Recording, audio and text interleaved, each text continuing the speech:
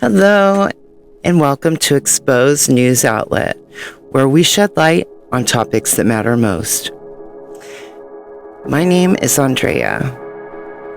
Today, we're discussing the latest revelations underway as the GOP realizes that they're about to get booted in midterm elections. Now, once again, election integrity is under siege. Before we get to the video, if I could just ask if you could please subscribe to my channel if you haven't already. Give this video a like if it speaks to you, and be sure to share it on your platforms so more people know the facts. Thank you. Now, without further ado, let's get to the news. Election integrity under siege and unusual federal actions. The assault on democracy isn't coming. It's here. Americans, listen up. Right now, in real time, we are living through one of the most dangerous attacks on our republic since the Civil War. In the last week, Donald Trump has publicly urged Republicans to take over how America votes. The Republicans should say, we want to take over. We should take over the voting in at least 15 places. The Republicans ought to nationalize the voting. A power the Constitution explicitly reserves for the states. Once again, the president's talking no differently than a dictator who wants elections in America to be as legitimate as elections in countries like Venezuela. The president claims the 2020 election was stolen from him, repeating without evidence that there was widespread voter fraud in Fulton County, Georgia. The FBI last week seized hundreds of boxes of records tied to the election from a Fulton County elections office. Critics have questioned why the director of national intelligence, Tulsi Gabbard, was there for the raid. Gabbard now telling Congress she was in Georgia at the president's request. Democrats argue she has no legal authority to participate in federal investigations. Gabbard is also addressing reports about a call between President Trump and the FBI agents who took part in the raid, saying she facilitated a brief phone call for the president to thank the agents personally for their work. He did not ask any questions, nor did he or I issue any directives. And Gabbard claims election security falls under her authority. Officials in Fulton County now plan to sue over the FBI raid. Let's talk about the seismic political shockwave that just dropped in Georgia, where the federal government, led by Trump's DOJ, I call it, should be the DOI, Department of Injustice, and the FBI, executed a search and seizure of 2020 election records in Fulton County, including ballots, voter rolls, tabulator tapes, and digital election data. A federal warrant was used to authorize this unprecedented action, ostensibly tied to claims of election irregularities that courts have previously rejected, which, by the way, they were supposed to take copies of everything, not the original documents, which they took the original documents. So they didn't even follow the court order. What makes this moment downright alarming, and why you need to hear this, is not just the raid itself, but the presence of the Director of National Intelligence, Tulsi Gabbard, at the scene, participating in and overseeing a law enforcement action she has no conventional authority over. This isn't a routine intelligence assessment. This is our nation's top spy chief standing alongside FBI agents as ballots and voter data are loaded into trucks. We're learning new details about the FBI raid on an elections office in Fulton County, Georgia last week. Director of National Intelligence Tulsi Gabbard explained in a letter to Congress that President Trump personally asked her to be on site as federal agents executed that search warrant. The incident has raised serious questions about election security and federal authority. White House correspondent Liz Landers has been following all of this and joins us now. So Liz, let's start with that FBI raid in Georgia and Tulsi Gabbard's role. What more do we know about why she was there? Well, this has been raising concerns amongst Democrats in Congress who asked her to explain her presence. So she wrote this letter late last night defending why she was down there in Fulton County. She said that the president specifically directed my observance of the execution of the Fulton County search warrant. She also in this letter confirmed a phone call that she facilitated between President Trump and FBI agents who participated in that operation, which I should underscore, Amna, is very unusual. White House Press Secretary Caroline Leavitt was asked about this and explained a bit more about Gabbard's role this afternoon. This is a coordinated whole of government effort to ensure that our elections, again, are fair and transparent moving forward. I don't see anything wrong with the president tasking a cabinet member to pursue an issue that most people want to see solved. Maybe you don't, but I know many Americans do want to make sure our elections are protected, and that's what Tulsi Gabbard is focused on doing.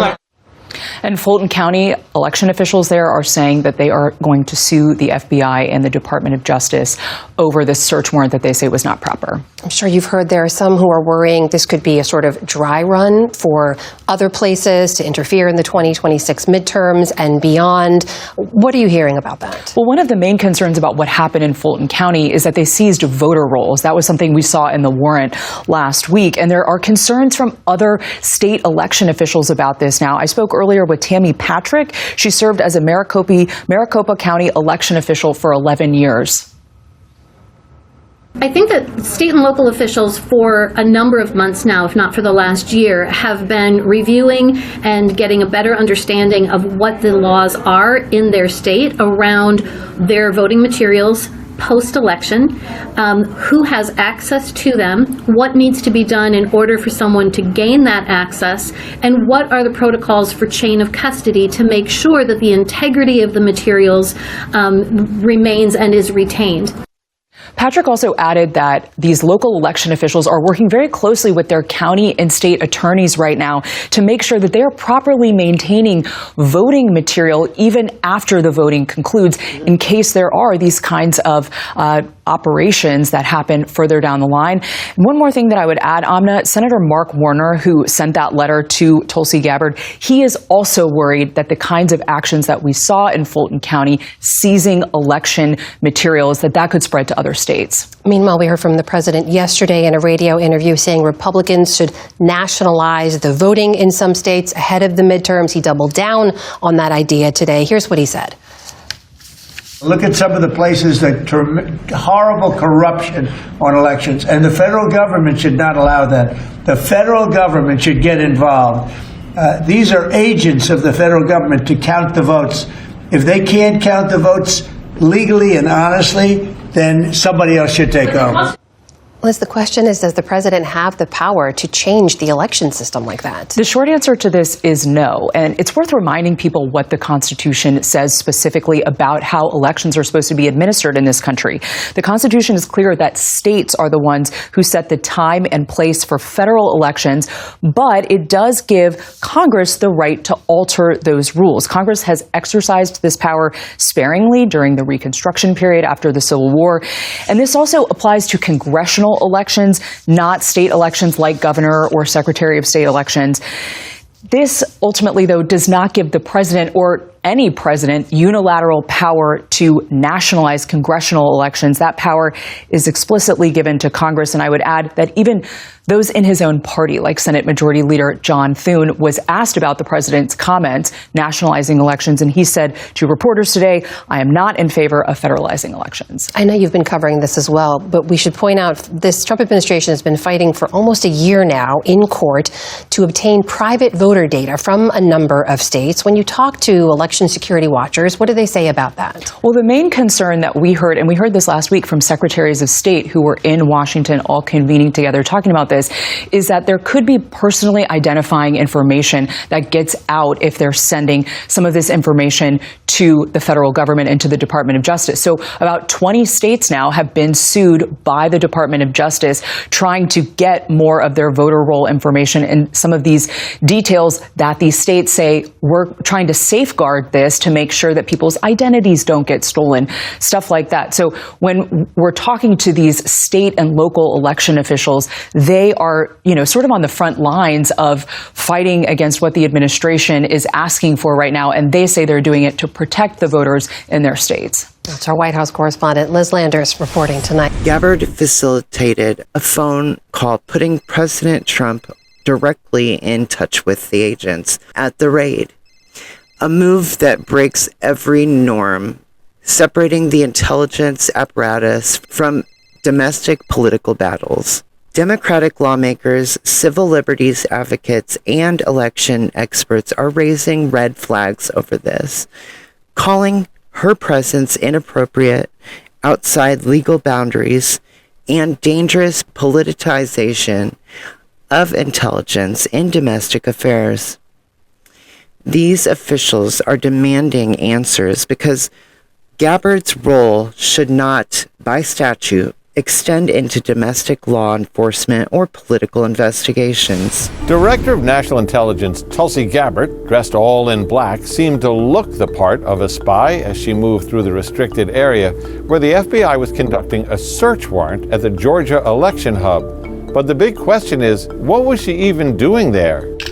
It's a question that has set off a firestorm in D.C. intelligence circles and in Congress. Why? Let me say this from what I know as a former Deputy Assistant Director of National Intelligence. The DNI has no legal authority to conduct or oversee investigations on U.S. soil, and no DNI, since the office was created in 2004, has ever been at the scene of a court-authorized FBI search warrant, period. Among the policies the DNI is there to enforce are those that generally prohibit the CIA, the NSA, and other spy agencies from collecting intelligence on Americans or conducting operations on U.S. soil, no matter what you saw on Homeland or 24. The FBI is an exception to that rule. But the FBI has its own director, Kash Patel, and without a documented connection to a hostile foreign power interfering in the 2020 Georgia election process, what role is Gabbard, as DNI, playing in this investigation? The top Democrat on the Senate Intelligence Committee, Mark Warner, wants answers. This is a Director of National Intelligence that is affirmatively moved to cut back the Foreign Malign Influence Center on elections. What the heck is she doing on the FBI serving a domestic warrant?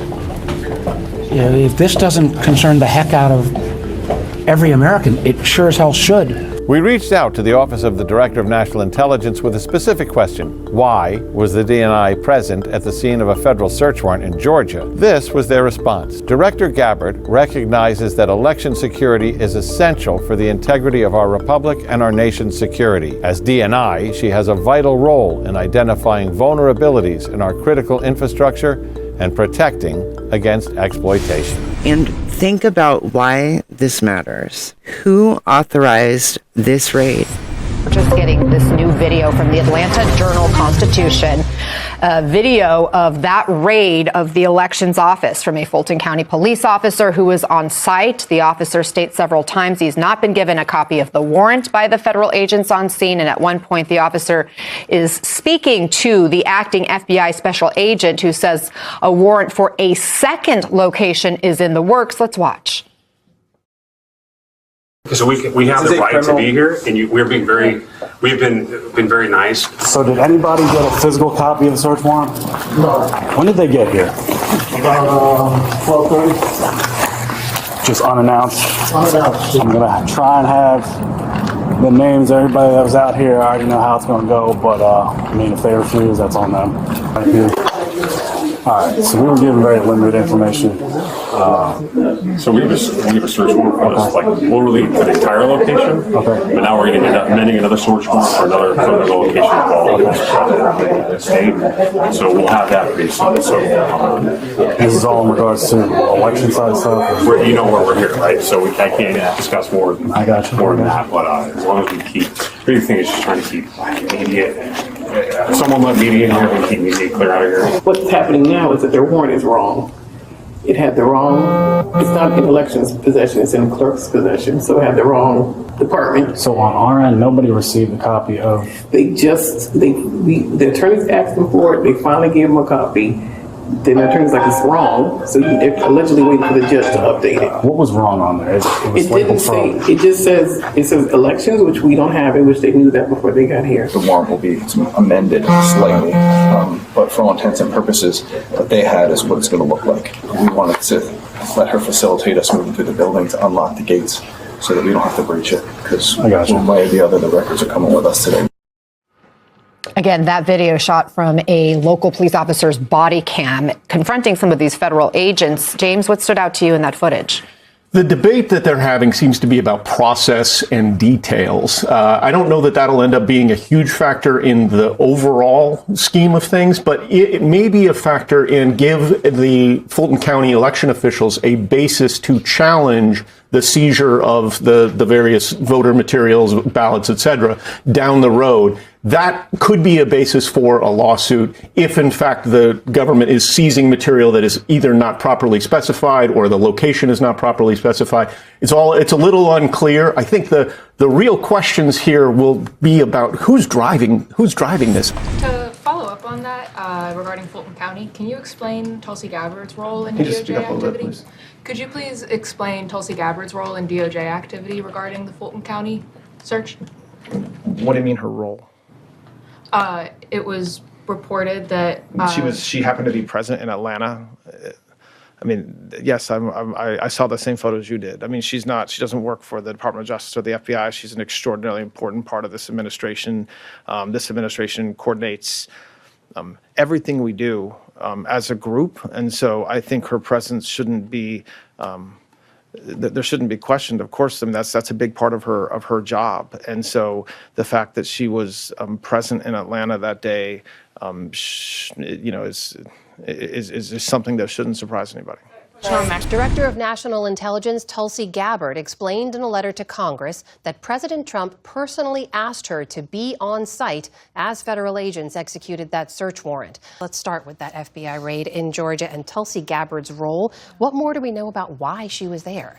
Well, this has been raising concerns amongst Democrats in Congress who asked her to explain her presence. So she wrote this letter late last night defending why she was down there in Fulton County. She said that the president specifically directed my observance of the execution of the Fulton County search warrant. She also in this letter confirmed a phone call that she facilitated between President Trump and FBI agents who participated in that operation, which I should underscore, Amna, is very unusual.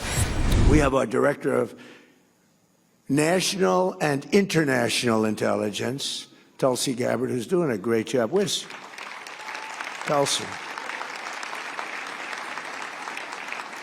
She took a lot of heat 2 days ago because she went in at Pam's insistence. She went in and she looked at votes that want to be checked out from Georgia.